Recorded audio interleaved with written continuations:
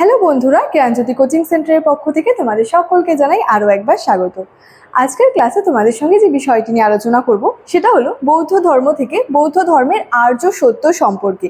অর্থাৎ এই যে আর্য সত্য যে বিষয়টা রয়েছে সেই বিষয়টা নিয়েই কিন্তু আজকের ক্লাসের মাধ্যমে তোমাদের সঙ্গে আলোচনা করব, ঠিক আছে?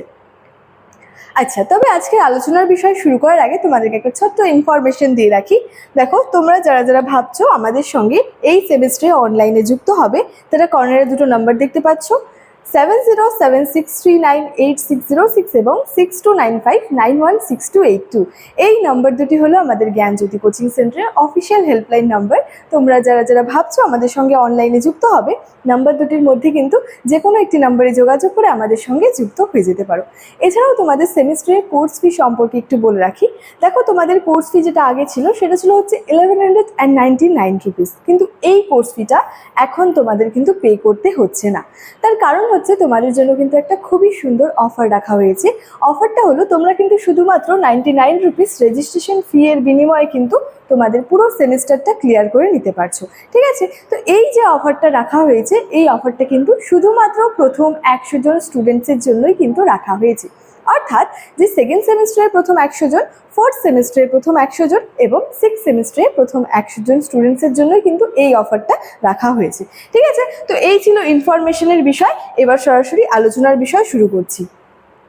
দেখো, প্রথমেই বলেছি আলোচনার বিষয় হচ্ছে যে আর্য সত্য সম্পর্কে। অর্থাৎ বৌদ্ধ ধর্মের আর্য সত্য বলতে কি বোঝানো হয়েছে, এই আর্য সত্যের মধ্যে কোন কোন বিষয়গুলো রয়েছে সেই বিষয় নিয়ে আলোচনা করব। দেখো, প্রথমত বলেছে যে বৌদ্ধ ধর্মের মূল ভিত্তি হলো 4টি পরম সত্য যা গৌতম বুদ্ধ প্রচার করেছিলেন, এবং এই 4টি সত্যকেই কি বলা হচ্ছে, একত্রে আর্য সত্য কিন্তু বলা হয়। অর্থাৎ বৌদ্ধ ধর্মের মূল ভিত্তি কি ছিল? 4টি পরম সত্য, যেটা আর কি গৌতম বুদ্ধ কিন্তু প্রচার করেছিলেন, এবং সেগুলিকেই একসঙ্গে কি বলা হচ্ছে, আর্য সত্যকে। অর্থাৎ বৌদ্ধ ধর্মের মূল ভিত্তি যে পরম 4টি সত্য, সেই 4টি সত্যকেই একসঙ্গে বলা হচ্ছে আর্য সত্য, ঠিক আছে?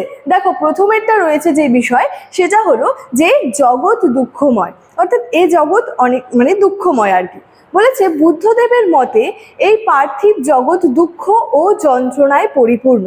জন্ম, জরা, ব্যাধি, মৃত্যু সব কিছুই কি মানুষের জীবনে কোনো না কোনোভাবে আর কি দুঃখ বয়ে আনে, যার জন্য তিনি আর কি আর্য সত্যের মধ্যে প্রথম সত্যটা হলো এই জগৎ দুঃখময়। অর্থাৎ গৌতম বুদ্ধের মতে তিনি কি মনে করতেন যে এই পার্থিব জগৎ দুঃখ এবং যন্ত্রণায় পরিপূর্ণ। জন্ম, জরা, ব্যাধি, মৃত্যু এই সব কিছুই কি মানুষের জীবনে ঠিক কোনো না কোনোভাবে কিন্তু দুঃখটা আর কি বয়েই নিয়ে চলে আসে, ঠিক আছে? আচ্ছা, 2 নম্বর হচ্ছে যে দুঃখের কারণ। দুঃখের কারণের মধ্যে যে বিষয়টা বলা হচ্ছে, বলেছে জগতে অকারণে কোনো কিছু ঘটে না।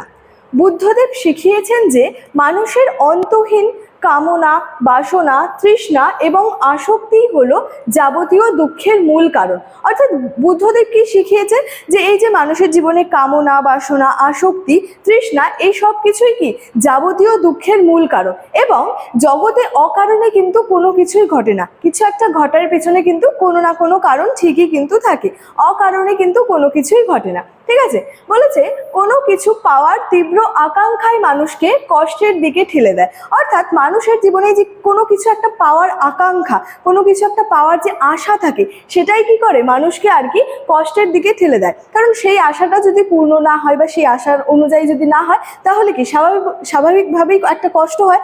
যার জন্য বলেছে যে কোনো কিছুকে পাওয়ার একটা যে তীব্র আকাঙ্ক্ষা থাকে মনের মধ্যে, একটা যে আশা থাকে মনের মধ্যে, সেটাই কি করে মানুষকে কষ্টের দিকে কিন্তু ঠেলে দেয়, ঠিক আছে? আচ্ছা, 3 নম্বর যেটা রয়েছে আর্য সত্যর মধ্যে যে বিষয়টা, সেটা হচ্ছে দুঃখ থেকে নিষ্কৃতি।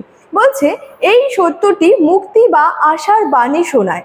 বুদ্ধদেবের মতে যদি কোনো ব্যক্তি তার মনের এই কামনা এবং আসক্তিগুলিকে ধ্বংস করতে পারে, তবেই কি হবে, তিনি দুঃখের হাত থেকে নিষ্কৃতি বা হচ্ছে যে মুক্তি পেতে কিন্তু পারে। তাহলে কি বলা হচ্ছে, দুঃখের হাত থেকে 3 নম্বর আর্য সত্যটা হলো দুঃখের হাত থেকে নিষ্কৃতি লাভ, অর্থাৎ মুক্তি লাভ।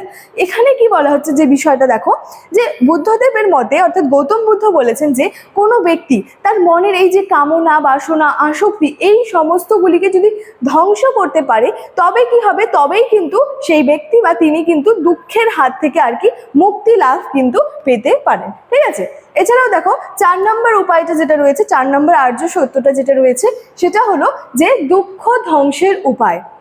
ঠিক আছে, দুঃখ ধ্বংসের উপায়ের মধ্যে কি বলা হচ্ছে, কামনা বাসনা বা যে আসক্তি ধ্বংস করার একটি সুনির্দিষ্ট পথ বা উপায় আছে এবং এই পথ অনুসরণ করলে কি হয়, মানুষ নিজের তৃষ্ণাকে জয় করতে পারে এবং পরম শান্তি বা নির্বাণ লাভ করতে কিন্তু পারে।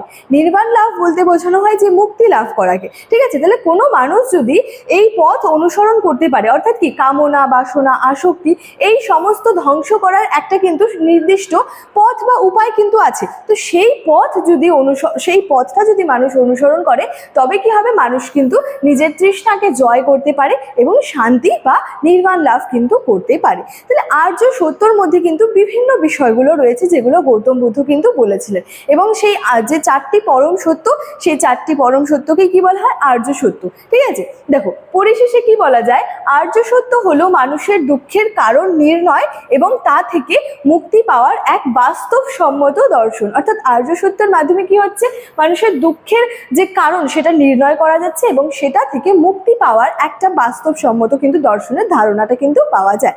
তাহলে আর্য সত্য বলতে কি বোঝায় এবং আর্য সত্যের মধ্যে কোন কোন সত্যগুলির কথা বলা হয়েছে, এই বিষয়টা নিয়ে কিন্তু আজকে আমার আলোচনা এতটাই ছিল। ইনফরমেশন ভিডিওর শুরুতেই আলোচনা করে রেখেছিলাম। চলো আজকের ক্লাস এতটাই, দেখা হচ্ছে পরবর্তী ক্লাসে। Thank you so much, thanks for watching.